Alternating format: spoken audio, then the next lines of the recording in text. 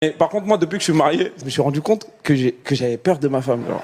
Le jour où j'ai su que j'avais peur de ma femme, c'est le jour où je lui ai dit, bébé, je sors, mais t'inquiète pas, je rentre pas tard. Elle m'a regardé comme ça, t'es sûr? À la base, j'étais sûr, mais là, vous me faites peur, madame, calmez-vous, tu vois.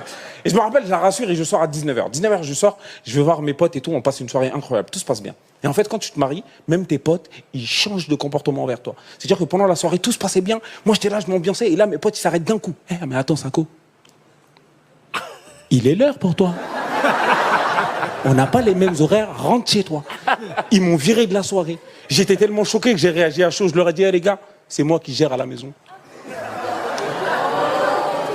Ils m'ont dit, ah bon? Bah viens, on continue la soirée. Et moi, il fallait que je prouve ce que je venais de dire. Du coup, on continue la soirée. Mais le problème c'est que la soirée, elle se passe tellement bien que je m'oublie. Okay, et au moment où je me rends compte que je dois rentrer chez moi, je sors et il fait jour. C'est-à-dire, je regarde le ciel, je suis comme ça. Je me dis peut-être que c'est la dernière fois que je vois le ciel. Autant profiter, tu vois ce que je veux dire. Et tu sais, je me retrouve devant mes potes, bah, c'est toi qui gères, va gérer frérot, va gérer. À ce moment-là, je suis dans la voiture, j'ai peur. Je me dis, Inch'Allah, elle dort, si elle dort, elle saura pas l'heure à laquelle je suis rentré. J'arrive dans mon bâtiment, je me gare, je monte dans l'ascenseur. Quand tu veux rentrer chez toi sans faire de bruit, il y a une préparation à faire. Moi, j'avais une veste à fermeture éclair. Trop de bruit, j'ai enlevé la veste.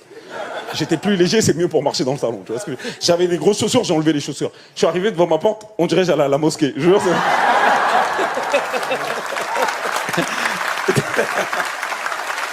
Et tu sais, je suis devant la porte comme ça. Là, je sors les clés de chez moi, je me rends compte qu'il y a une préparation de clés à faire aussi. Parce que généralement, on a un trousseau de clés. Tu attrapes toutes les clés que tu vas pas utiliser, tu les tiens bien. Et celles que tu vas insérer, il faut que ça glisse dans la serrure.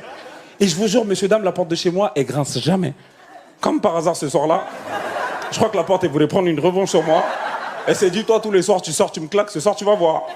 Je vous jure, j'ai ouvert la porte, elle a fait, il est là!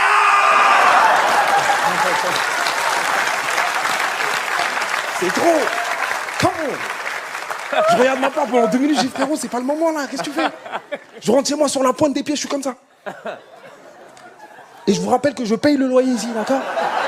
Et j'arrive devant la porte de la chambre, j'ouvre la porte de la chambre, je vois ma femme, elle est couchée, elle dort, je me dis, ah Dieu merci. Mais on se laisse pas déconcentrer parce qu'il faut que j'aille me coucher sur mon côté du lit et c'est un long parcours. C'est-à-dire, je longe les murs comme ça, comme ça. J'arrive sur mon côté du lit, je tire le drap, ma femme elle bouge, je bloque. Pendant 30 secondes, je respire plus, tu vois. Tu sais, je la regarde. Et à un moment, je vois qu'elle ronfle. Je me dis, ok, là, c'est bon, elle dort, je peux me glisser dans le lit. Là, je tire le drap comme ça.